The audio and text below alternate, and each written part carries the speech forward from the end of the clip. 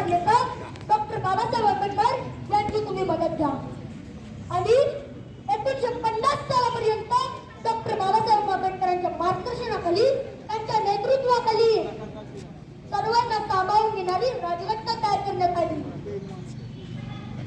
आणि 26 जानेवारी 1950 पासून राजघटनेनुसार आपली भारत माता भारत राजघटना भारत देश हा प्रगतीच्या व विकासाच्या मार्गावर वळाला. अत्यंत बिकट परिस्थितीत डॉक्टर बाबासाहेब आंबेडकरांचे बालपण गेले. त्या शाळेत शिकत असताना त्यांना अस्पृश्यतेच्या नावाखाली जगा बसवलं जात होतं. त्यांना तहान लागली तर त्यांना लागूनच कोणी उजीत पाणी होतं तसं या भेदभावाबद्दल त्यांच्या मनात राग व प्रचंड चीड होती. आपल्या बांधवांना या गुलामगिरीतून मुक्त करण्यासाठी त्यांनी संकल्प घेतला. उत्कृष्ट शिक्षण देण्यासाठी ते लंडनलाही गेले.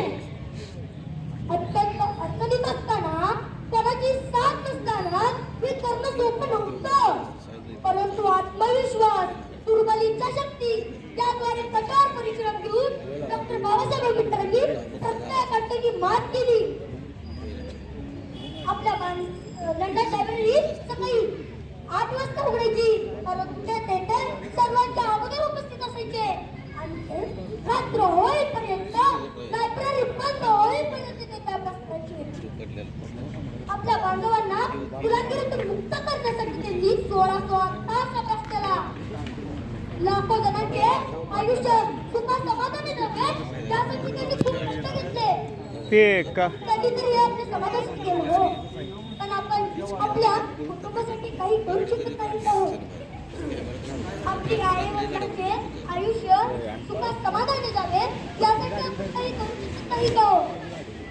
मित्रांनो, एक गोष्ट लक्षात ठेवा, आपला जन्म जरी गरीब कुटुंबात झाला तर त्यात आपली काही चूक नाही. पण जर आपल्या आई वडिलांच्या म्हातारपण जर गरिबीत गेले ना तर त्यात फक्त आणि फक्त आपलीच आणि आपलीच चूक आहे. या महामानवाने एक वाक्य सिद्ध करून दाखवले, जेवढा तुमचा रस्ता कटेल, जेवढा तुमचा रस्ता कटेल, जेवढा तुमचा रस्ता कटेल, जेवढा तुमच्या रस्त्यात पडेल तेवढेच तुमचे यश पटेल, तेवढेच तुमचे यश पटेल. मला डॉक्टर बाबासाहेब आंबेडकर यांच्याबद्दल बोलाविषयी वाटतं. बहुत मुश्किल है उस व्यक्ति को गिराना, बहुत मुश्किल है उस व्यक्ति को गिराना जिसे डॉक्टरों ने वो चलना सिखाया, उसे डॉक्टरों ने वो चलना सिखाया. अशा थोर विद्वान व्यक्तीला भारताचे संविधान लिहिण्याची संधी मिळाली. आणि मित्रांनो, भारतातील सर्वात मोठे लिखित संविधान हे आपलं भारताचे आहे. मित्रांनो, आपला भारत देश हा आता विश्वगुरु बनतोय. प्रजासत्ताक दिन हा सर्व भारतात साजरा केला जातोय. तर मित्रांनो, मला असं वाटतंय की आपल्याला घडवण्याचे व सावरण्याचे काम करतात ते म्हणजे आपले गुरुजन वर्ग व आपले आई.